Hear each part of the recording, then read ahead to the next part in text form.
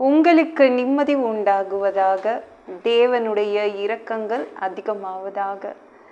தேவன் என்ன சொல்றாங்கன்னா, இந்த ஜூலை மாத வாக்குத்தத்தம் எபிரேயர் 6:14, நிச்சயமாக நான் உன்னை ஆசீர்வதித்து உன்னை பெருகவே பெருக பண்ணுவேன்.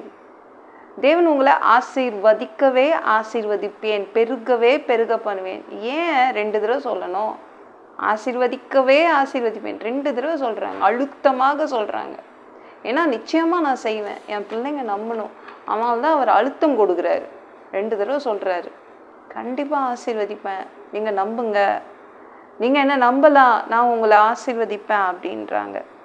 சந்தேகப்படாதீங்க, இது தேவன் எடுத்த முடிவு தான். இந்த ஜூலை மாதத்துக்கு அவர் எடுத்த முடிவு தான். ஆனால் நீங்கள் ஒன்று பண்ணுங்க, கர்த்தருக்கு பயந்து நடக்கணும், இயேசுவுக்கு பயந்து நடக்கணும், பொல்லாப்புக்கு விலகி ஓடி போயிடணும்.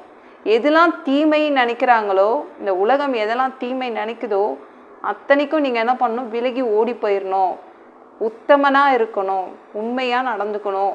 அப்போனா உங்களை ஆசீர்வதிப்பாருங்க. இதான் ஜூலை மாத அவருடைய திட்டம், அவருடைய பிளானே அதான். இந்த ஜூலை மாதத்துக்கு அவர் வச்சிருக்காரு உங்களுக்காக. ஒவ்வொரு நாளும் என் பிள்ளைய நான் ஆசீர்வதிப்பேன், அதனால் என் பிள்ளைங்க பெருகுவாங்க. அவருடைய முடிவு இது. அந்த முடிவை யார் வந்தாலும் அவர் மாற்ற மாட்டார்.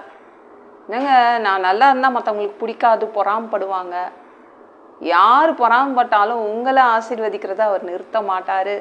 ஒரு நாள் சாத்தானுக்கு பயங்கர பொறாமை வந்துருச்சுங்க. என்ன பண்ணுறதுனே தெரியல.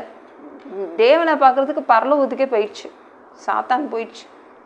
சாத்தான் அங்கே போய் தேவன்கிட்ட கேட்குது. யோபு 1:10 நீங்கள் படித்து பாருங்களேன். என்ன கேட்குதுன்னா, எதுக்காக யோபோடைய வீட்டை வேலி அடைச்சி வச்சுருக்கீங்க? கைகளின் கிரியையை நீங்கள் ஏன் ஆசீர்வதித்து வச்சுருக்கீங்க? அவனுடைய சம்பத்து தேசத்தில் பெருகி இருக்குது. என்ன, ஏன் அவ்வளோ ஆசீர்வாதம் எதுக்கு? ஒரே மனுஷனுக்கு அவ்வளோ ஆசீர்வாதம் எதுக்கு?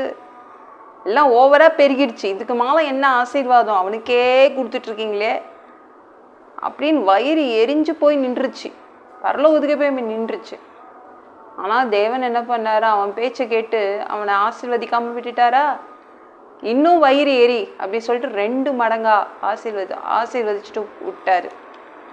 அப்படிதான் நம்ம தேவன். யார் பொறாமப்பட்டு நின்னாலும் உங்களை ஆசீர்வதிக்கிறத அவர் நிறுத்த மாட்டார், ஸ்டாப் பண்ண மாட்டார். மற்றவங்க எவ்வளோ பொறாமப்பட்டாலும் அதை பற்றி கவலைப்பட மாட்டார். சாத்தானே வயிறு எரிஞ்சு நிற்கிற அளவுக்கு உங்களை அவர் ஆசீர்வதிப்பாருங்க. சாத்தான் உங்களை பார்த்து வயிறு எரிஞ்சு நிற்க போகிறான். அந்த அளவு அவர் உங்களை ஆசீர்வதித்து உங்களை பெருகவே பெருக வைப்பாருங்க. சரிங்களா? நீங்கள் பெருகுவீங்க. அது அவர் ஆசீர்வதிச்சிட்டோன்னா நம்ம பெருகுவோம், முன்னேறுவோம், அவ்வளோதான். இந்த வீடியோ பிடிச்சிருந்துச்சுன்னா மற்றவங்களுக்கும் ஷேர் பண்ண மறக்காதீங்க. கர்த்தர் தாமே உங்களை ஆசீர்வதிப்பாராக. ஜெபம் பண்ணலாமா? அன்பு பிதாவே, உங்கள் பிள்ளைங்க உங்கள் பாதத்தில் வந்திருக்காங்கப்பா.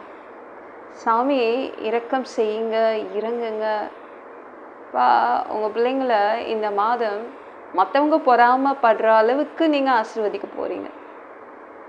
யார் பொறாமப்பட்டாலும் நீங்கள் ஆசீர்வதிப்பதை நீங்கள் ஸ்டாப் பண்ண மாட்டீங்க. நன்றி அப்பா. எல்லாம் பொல்லாத பிசாசுகள், ஏவல்கள், மந்திரங்கள், தற்கொலை ஆவிகள், பயத்தின் ஆவிகள், பலவீனப்படுத்துகின்ற ஆவிகள் எல்லாம் இயேசு என்ற பெயரினை கொண்டு துரத்துகிறேன். ஓடிப்போ. உங்கள் பிள்ளைங்கள இரத்த கோட்டிக்குள் மறைச்சிக்கோங்க. பரிசுத்த ஆவியால் நிரப்புங்க. ஞானஸ்நானம் எடுக்கணும், ரட்சிப்பீராக. இயேசுவின் காயப்பட்ட தழும்புகளால் பா உங்கள் பிள்ளைங்களுடைய வியாதிகள் எல்லாம் சரியாகணும்ப்பா. வேதனைகள் எல்லாமே சரியாகணும். ஒரு மனிதனாக பிறந்தா ஜீவ புஸ்தகத்தில் பேர் இருக்கணும். அப்படி இல்லைன்னா அந்த மனுஷனை பிடிச்சி நீங்கள் நரகத்தில் தள்ளிடுவீங்க. தீ எரிக்கிற இடத்துல எப்படி போய் வாழ்கிறதுப்பா?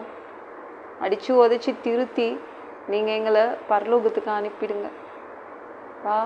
கழுவப்படாத பாவங்கள் எங்ககிட்ட இருந்துச்சுன்னா உங்கள் திரு ரத்தத்தை கொண்டு கழுவி எங்களை பரலோகத்துக்கே அனுப்பிடுங்க. ஒரு மனுஷனால் பரிசுத்தமாக வாழ்றது கூடாத விஷயம்.